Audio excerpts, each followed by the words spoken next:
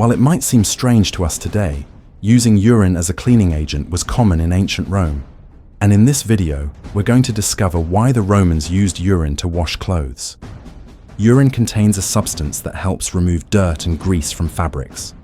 That substance is called ammonia, which forms when the urine is left to stand for a while. Ammonia is a strong alkali, meaning it breaks down stubborn grime such as grease, allowing it to come out of clothing more easily.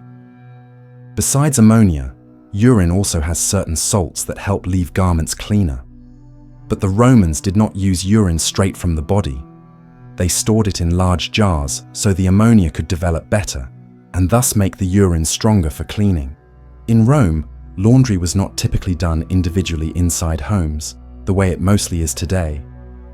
Instead, there were specialized establishments called fulonicae that worked like public and commercial laundries, where garments were taken to be washed and treated with the specific processes of the period, among them the use of urine. The fulonicae were busy places and important to Roman urban life. They served everyone from ordinary citizens to people of higher status. These laundries could be found in many parts of the city, especially near markets and commercial centers. Work inside the fulonicae was carried out by the fulones, specialized professionals who mastered the techniques of cleaning, bleaching, and treating fabrics. These workers had practical knowledge of how to use the available resources, such as cured urine, ashes, clays, and other natural products, to ensure effective laundering. The washing process involved several stages. First, the clothes were placed in large vats filled with stored urine. The fulones trod on the garments repeatedly, providing a mechanical action so that the urine could penetrate the fibers and dissolve the dirt.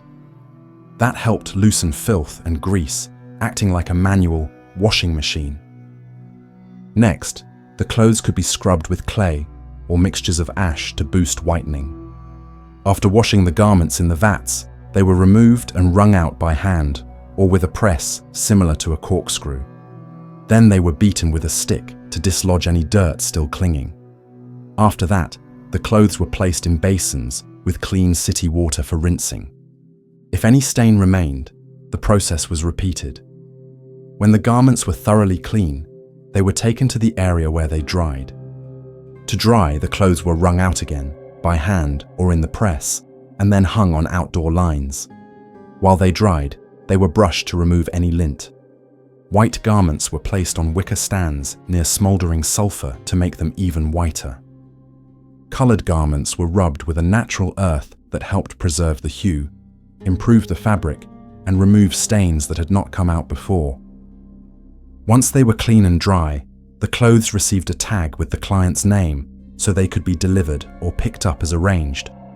In addition to washing, the fulonicae also performed other services, such as repairing damaged clothing, softening fabrics, and even dyeing when necessary. In the larger laundries, several people worked simultaneously, washing, rinsing, drying, dyeing, and fulling. Even in smaller shops, some enslaved workers did the labor while the owner attended to customers and managed the business. In this image, we can see the Falonica of Stephanus, a very well-preserved laundry discovered in Pompeii.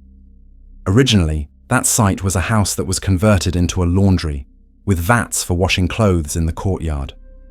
Stephanus, the owner, was a successful businessman who had several employees or enslaved people to wash the clothes while he ran the enterprise.